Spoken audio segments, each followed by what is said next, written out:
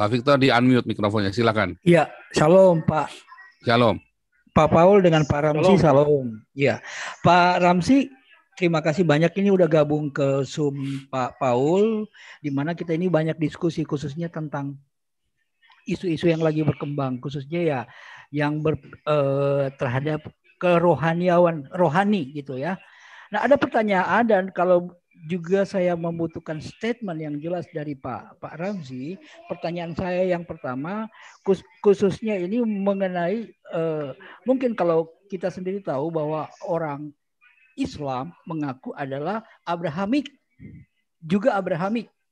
Padahal kalau dikatakan orang yang Abrahamik itu, kalau kita tahu Abraham itu siapa, kemudian mengambil Hagar sebagai istri karena atas permintaan istrinya. Nah, mereka bilang turunan Ismail. Nah, Bapak sendiri adalah orang Kristen yang orang Arab dan bisa berbahasa Arab dan paham dengan Quran. Yang saya tanyakan, apa betul? Tolong jelaskan Pak dengan sejelas-jelasnya pada kami bahwa Ismail itu Arab itu adalah turunan Ismail. Dan Kristen Israel itu adalah dari Ishak. Nah, karena selama ini rancu yang ada di dunia, khususnya di Indonesia ini, bahwa mereka mengaku bahwa ini, sehingga masalah Hari Raya Kurban pun ribut di Indonesia selalu seperti itu. Yang kedua, saya membutuhkan statement dari Bapak kalau perang di Israel, di Yerusalem khususnya itu bukan perang agama, karena Menlu RI dan khususnya pemerintah Indonesia itu bela Hamas mati-matian. Sampai ada yang mengatakan tadi kutuk mengutuk. Lebih banyak mengutuk Israel daripada ke Hamasnya. Kemudian yang paling penting itu bahwa dari pihak Muslim, khususnya bukan Muslimnya, tapi teroris yang berafiliasi dengan ISIS dan sebagainya, melakukan pembunuhan terhadap orang Kristen yang ada di Indonesia, itu merupakan balas dendam mereka karena mereka tidak bisa mencapai Israel, mereka melakukan kepada kami orang-orang Kristen yang ada di Indonesia, Pak. Itu terjadi di wilayah saya. Jadi statement yang itu yang saya butuhkan, bahwa itu bukan perang agama, dan pemerintah juga jangan terlalu menekan bahwa membela Palestina dengan dengan mengeluarkan dana yang enggak kecil, Pak. Termasuk ada pembangunan rumah sakit di sana. Padahal di Indonesia sendiri sangat membutuhkan rumah sakit, Pak. Jadi sok kaya keluar, padahal dalam negeri sendiri hancur gitu, Pak ya. Makasih banyak, Pak. Juga Pak Paul, makasih banyak. Ya, oke. Ya, sama-sama, Pak. Ya benar, ini yang saya takut, ini menjadi perang agama. Ya. Kalau itu perang politik masih bisa kontrol, perang agama Indonesia, Malaysia itu bahaya. So tentang soal rootnya dalam firman Tuhan, ya itu benar, Pak. Kalau kami sama Yahudi, maksud saya Kristen sama Yahudi, kami adalah keturunan Ishak. Tapi saudara kita Muslim itu keturunan Ismail, itu di Kejadian pasal 16. So, tapi kalau juga ini banyak pertanyaan tentang orang Arab keturunan siapa. Banyak pertanyaan juga tentang Mekah, karena kalau saya ikut sejarah Islam, yang mendirikan Mekah itu adalah Abraham sama anaknya Ismail.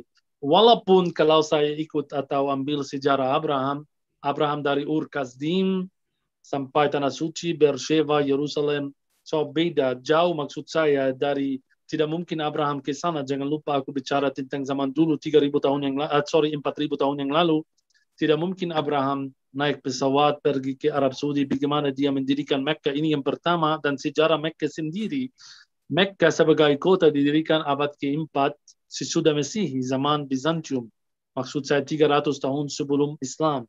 Itu jauh sekali sama zaman Abraham.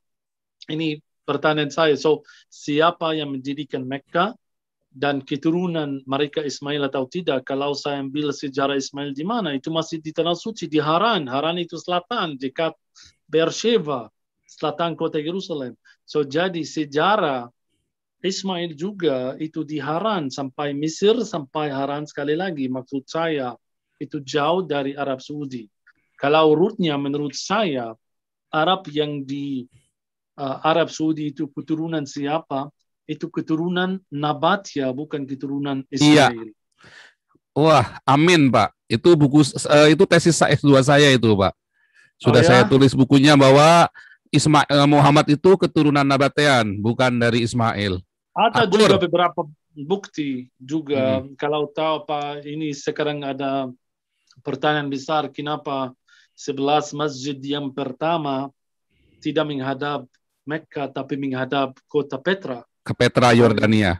Ya, Petra Jordania, artinya Mekah yang pertama itu Petra atau aku tidak mau masuk dalam itu karena itu sangat panjang dan saya tidak bisa membuktikan apa-apa. Tapi ini tanya saya tentang keturunan Islam dari mana. Mereka percaya mereka adalah keturunan Ismail, tapi bukti sejarah katakan mereka adalah keturunan Nabat yang di Jordan atau Petra. Luar biasa. Oke, ini Pak Victor Mandoyo masih mau lagi lanjut? Ya. Halo, Pak Ya. Pak Ramsi, terima kasih banyak. Ya, halo Pak. Sebenarnya sudah tidak ada pertanyaan, cuman tadi kan statement yang tadi mohon dipertegas kembali, mungkin akan kami potong videonya itu Boleh. yang akan kami tayangkan gitu loh. Teman-teman boleh potong videonya, tapi langsung kasih tahu ya, namanya Ramsi Israel dari YouTube-nya saya begitu ya. Jadi teman-teman harus ada kode etik ketika memotong, kasih tahu dari mana sumbernya, gitu ya. Kayak kemarin Pak Paul udah terangkan kepada kami mengenai asal muasal bangsa Israel kemudian kemana waktu mereka pergi. Bukan kami percaya, sangat percaya kan itu tesis. Bukan cuman karena yang sekarang ini yang bertutur langsung adalah orang Arab yang bisa berbahasa Arab dan Kristen. Makanya makin memperkuat bahwa keyakinan yang diterangkan kemarin oleh Pak Paul itu sangat kuat, sinkron dan sejalan dengan yang diterangkan oleh Pak Ramzi, gitu loh Pak. Ini saya nggak janjian, saya baru kenal Pak Ramsi dari Pak Habibie ya. Tadi ini barusan masuk, mendadak nyelonong masuk nih Pak. Jadi Pak Habibie juga baru kenal kemarin. Nah ini kebetulan bisa seperti ada ini ya, ada kontak ilahi nih, ada pertemuan-pertemuan yang luar biasa. Nanti mungkin selanjutnya Pak Ramsi dan Pak Habibie boleh tuh kita secara rutin kita bahas tentang Israel ya. Oke Pak Victor, luar biasa. Nanti teman-teman boleh potong videonya, selalu kasih sumbernya ya. Oke, ini selanjutnya Pak Nugroho, silakan. Pak Nugroho dinyalakan mikrofonnya, lalu nanti lanjut lagi ya ke ini ya. Ada Pak Chandra. Ya, Pak Nugroho. Pak Jimmy dulu, Pak Jimmy dulu, Pak Chandra. Silakan Pak Nugroho. Ya, terima kasih atas kesempatannya Pak Paul Zhang. Pak Ramsi, saya mau tanya. Ya. Silakan. Di Indonesia banyak orang memandang bahwa Israel itu adalah penjajah. Ya, jadi lebih banyak yang sebagian besar ya, terutama mereka yang Muslim. Tapi juga ada juga yang memahami sejarah berdasarkan Alkitab bahwa Israel itu tidak menyerobot, bahwa sebetulnya itu bagian yang diduduki Palestina itu adalah bagian dari tanah yang dijanjikan Allah pada Abraham dan keturunannya. Bagaimana juga banyak pandangan orang begini yang mau saya tanyakan, bagaimana pandangan orang Israel terhadap Indonesia atau terhadap pemerintah Indonesia atau terhadap TNI, karena banyak orang Indonesia berpandangan ya macam-macam. Bagaimana kalau sekarang saya bertanya balik, Israel memandang Indonesia, pemerintah Indonesia, rakyat Indonesia, TNI, bagaimana? Jangan muter-muter Pak. Ya, jadi intinya bagaimana tanggapan Israel terhadap Indonesia, Pak Ramsi? Itu satu. Ini satu lagi sebentar. Menurut Bapak, mengapa ya atau bagaimana penilaian Bapak ketika dulu sudah tahu bahwa di atas Bukit Zaitun itu bekas bait suci, kemudian didirikan masjid, itu kan sebetulnya tahu bahwa itu daerah keramat atau suci untuk orang Yahudi, tetapi terus didirikan masjid berdekatan atau ya udah sangat tahu Pak ya, langsung Pak Ramsi. tahu maksudnya. Ya. Silakan Pak Ramzi. Pada zaman itu. Ya, pertama buat pasti kami sayang sama orang Indonesia. Israel sangat sayang sama orang Indonesia karena turis Indonesia punya duit, so jadi masuk sini bisa belanja, bisa. Jadi untuk hubungan sama Indonesia, kalau Indonesia maju, Pak Jokowi maju untuk berdamai sama Israel, pasti kami akan berdamai, tidak ada apa-apa. Kami juga suka pergi ke Bali, suka masuk Indonesia, suka punya juga bisnis di Indonesia, dan Indonesia bisa masuk sini seperti negara lain.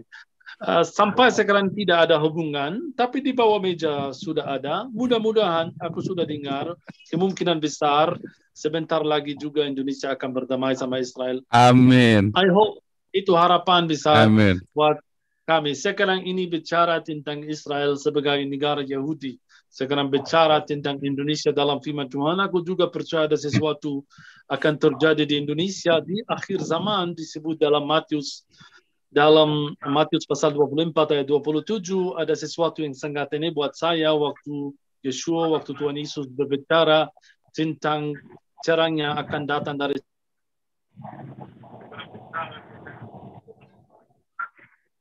Sebentar ini. Ya, lanjut Pak Ramzi. Sebentar Pak Ramzi. Sebentar, ini ada ke-mute lagi nih. Mana tadi Pak Ramzi? Oke, silakan dinyalakan mikrofonnya. So, ayat ini sangat luar biasa dalam bahasa Inggris. Katakan, the lightning will come from the east. So, jadi kalau kami di sebelah barat, firman Tuhan katakan, the lightning of Israel will come from the east.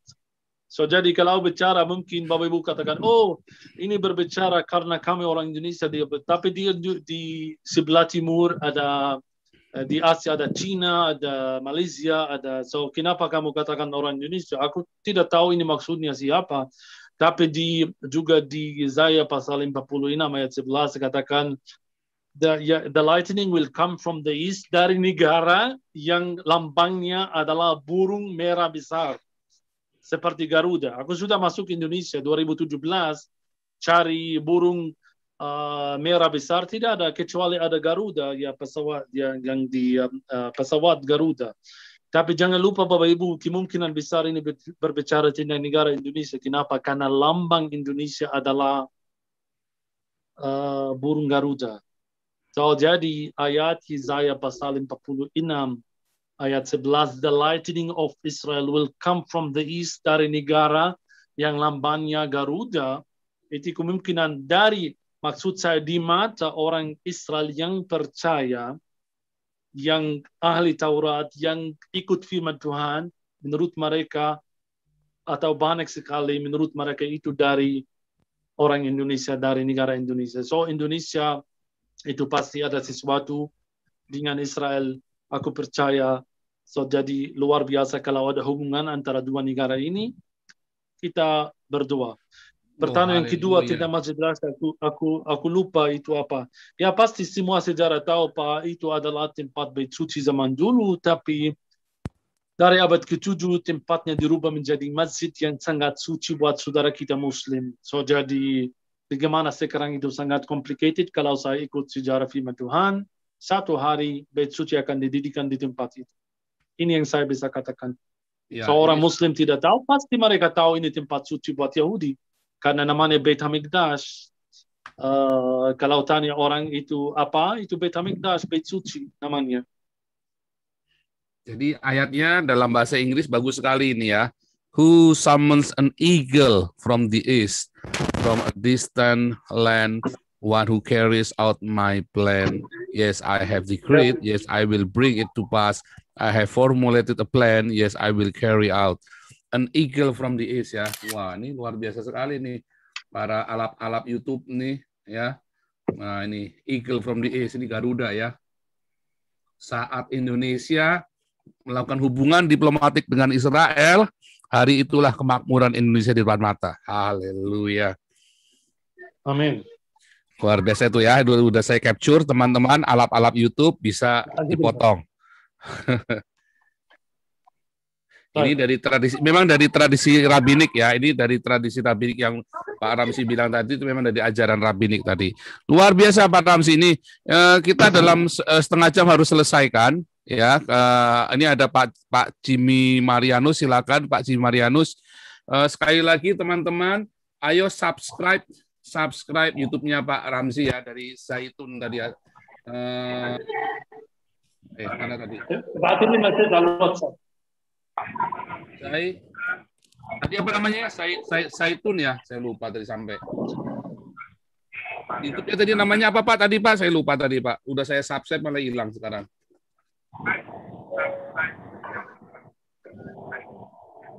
Ya, silakan Pak Jimmy. Salam Pak Paul, salam Pak Ramzi, salam semua. Gini Salam, Pak, Pak. sekarang konflik yang terjadi ini kan konflik antara Palestina dengan Israel masalah Yerusalem Pak. Jadi kalau kita lihat di Alkitab, versi Alkitabnya itu kan Allah sudah menyerahkan. Jadi kalau kita baca dalam Yosua 13 itu dikatakan ketika Yosua sudah tua, ada 5 beberapa tanah yang belum diduduki mereka. Termasuk 5 kota raja-raja Israel. Dan di situ dikatakan, Tuhan berkatakan bahwa dia akan menghalau mereka, dan Tuhan berkata pada Yosua supaya membuang uji kepada suku Israel yang sudah setengah lagi. Dan kita tengok kalau di dalam Yosua 15 bahwa termasuk Gaza pun itu sudah menjadi bagian tanah orang Yehuda, Pak.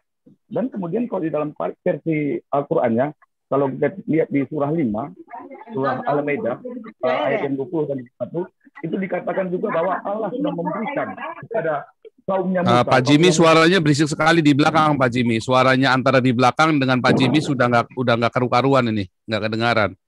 Bisa pindah tempat, bisa pindah posisi nggak? Coba Pak ya, sebentar Pak.